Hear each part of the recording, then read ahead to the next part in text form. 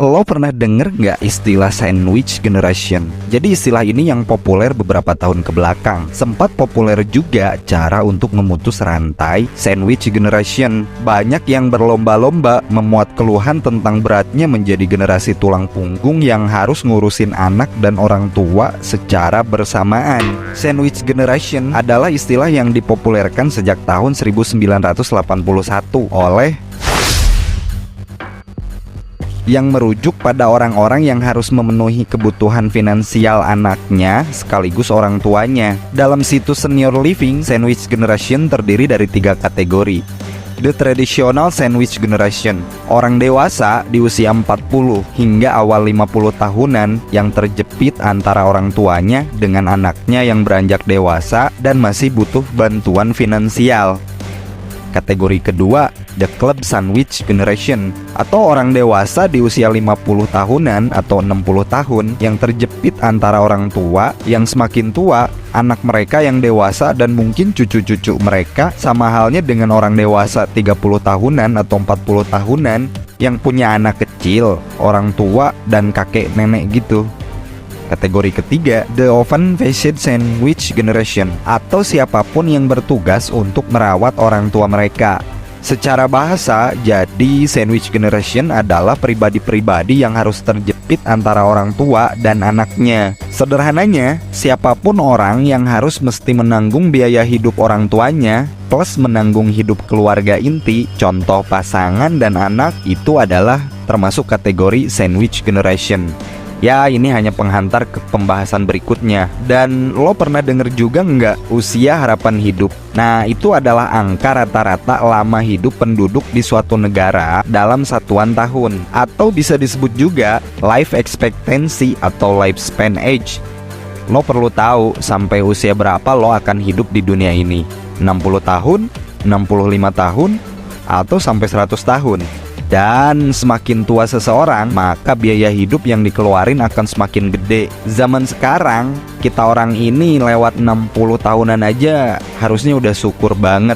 Maka yang akan terjadi di masa depan adalah bagaimana lo bisa prepare di umur muda. Nah, itu diatur dari sekarang. Rata-rata orang akan hidup kurang lebih 60 tahunan kan. Nah, itu berbicara rata-rata. Tapi ini bukan ramalan lo ya. Ini kita ambil rata-rata saja. Lo mungkin bisa terapkan kebiasaan hidup sehat seperti clean eating atau healthy diet, olahraga rutin, medical check up rutin, minum vitamin dan suplemen, dan memahami teknologi tentunya, terutama di bidang teknologi. Coba lo bayangin puluhan tahun yang lalu, saat teknologi yang ada dan belum berkembang itu memiliki uang banyak, bukan jaminan seseorang akan bertahan hidup melawan penyakit. Tapi zaman sekarang ini, zaman kita orang, apa sih yang nggak bisa? Sehingga pertanyaan yang tepat buat ditanyain adalah, apakah saat sakit lo punya uang atau sumber daya untuk akses terhadap kecanggihan medis? Nah, kalau angka harapan hidup penduduk Indonesia saat ini ada di rata-rata 65 tahunan lah. Jadi optimisnya gini, sebagai milenial kita masih ada harapan sampai umur 70 tahunan contoh. Gitu juga kalau sampai ya. Kita perlu sepakat tentang ekspektasi usia harapan hidup. Gue orang pribadi masih mikir mungkin gue hidup di angka kurang lebih 65 tahunan ya, atau mungkin bisa lebih, yaitu sebagai rata-rata lah.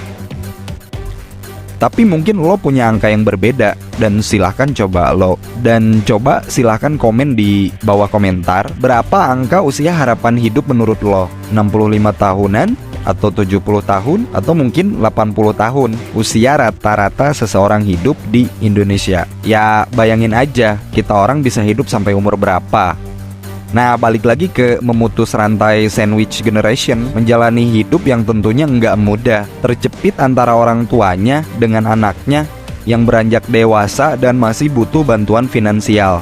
Saat di zaman begini saja sudah nggak mudah kan, apalagi di masa depan yang lebih complicated lagi. Sehingga pertanyaannya adalah, apakah lo mau jadi objek yang ditanggung secara finansial oleh anak lo mungkin atau cucu lo di masa depan? Atau mau mandiri dan memutus rantai sandwich generation?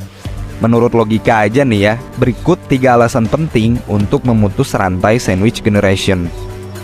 Poin pertama, Indonesia nggak punya jaminan buat lansia. Beberapa negara di luar mungkin punya mekanisme jaminan masa tua buat penduduknya. Jadi saat mencapai usia tertentu, penduduknya akan dapetin tunjangan tuh dari pemerintah. Tapi di Indonesia nggak ada tuh mekanisme kayak gitu. Jadi nggak ada jaminan bahwa pemerintah akan memberikan tunjangan atau fasilitas kesehatan yang memadai terhadap orang tua atau lansia.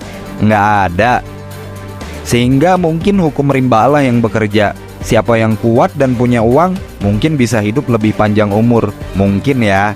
Sementara siapa yang lemah atau nggak punya uang yang memadai mungkin bisa hidup lebih singkat karena kurangnya ikhtiar tentang kesehatan atau pemeriksaan rutin, bahkan mungkin pemahaman tentang keilmuannya gitu.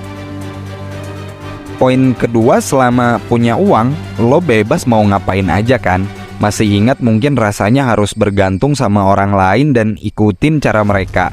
Contoh ke bos lo misalnya. Atau mungkin ingat waktu sekolah dulu dan harus nurutin keinginan orang tua. Kalau nggak nurut, ya nggak dikasih uang jajan.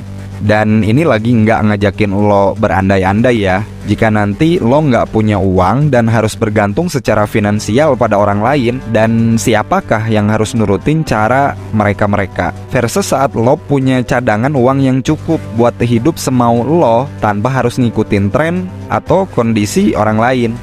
Mana yang lebih menarik dan lebih baik coba? Ya catatan selama lo punya uang dan lo adalah bosnya pasti. Poin ketiga, kita orang harus sadar nggak ada enaknya hidup jadi beban. Kembali lagi nih soal uang. Dan uanglah yang jadi highlight di pembahasan ini. Uang yang memadai untuk digunakan saat butuh, baik saat ini atau butuh puluhan tahun ke depan saat masa tua. Saat nggak punya uang, lo akan selalu jadi beban bagi siapapun. Lo siap nggak untuk hidup sebagai beban? Siap nggak untuk hidup dioper kemana-mana tuh kayak bola? Dan harus menerima perlakuan dan omongan yang gak enak mungkin dari orang lain. Dan terlepas dari itu semua, lo diharuskan bersyukur masih ada yang mau menerima diri lo sekarang. Ya mungkin sebagai beban orang-orang yang ada di sekitar kita. Nah, cara memutus rantai sandwich generation adalah mulai dari diri sendiri dahulu. Saat lo bisa mandiri dan nggak perlu bergantung secara finansial pada orang lain, saat itulah lo sudah memutus rantai tersebut. Nggak ribet, nggak complicated. Ya logika yang sangat sederhana aja. Cara apapun di luar sana, termasuk persiapan-persiapan yang akan kita bahas bareng-bareng di selanjutnya ini, nggak akan berguna kalau lo nggak ada usaha. Sebelum lebih lanjut nonton, pastiin bahwa lo emang lagi kepengen upgrade diri sendiri dan akan selalu upgrade diri sendiri. Usahalah yang bikin perubahan, bukan sekedar menambah pemahaman atau pengetahuan saja. Ini seenggaknya 4 poin yang mesti kita bangun pondasinya. Yang pertama, lo harus persiapan finansial. Menurut semua orang pasti ini yang paling lebih penting, karena masalah itu kebanyakan dimulai dari uang kan. Terserah mau diakui atau enggak. Mungkin kebanyakan saudara kandung bisa berantem tuh dan nggak ngomong sampai bertahun-tahun hanya karena masalah uang yang sepele.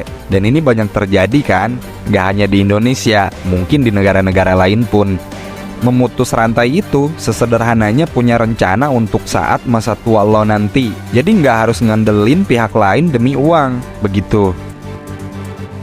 Poin kedua, lo harus mempersiapkan mindset atau pikiran. Mempersiapkan pikiran untuk tetap positif juga itu penting loh. Mindset positif gitu. Dan merasa cukup dengan apa yang sudah lo punya. Dan itu lebih penting lagi.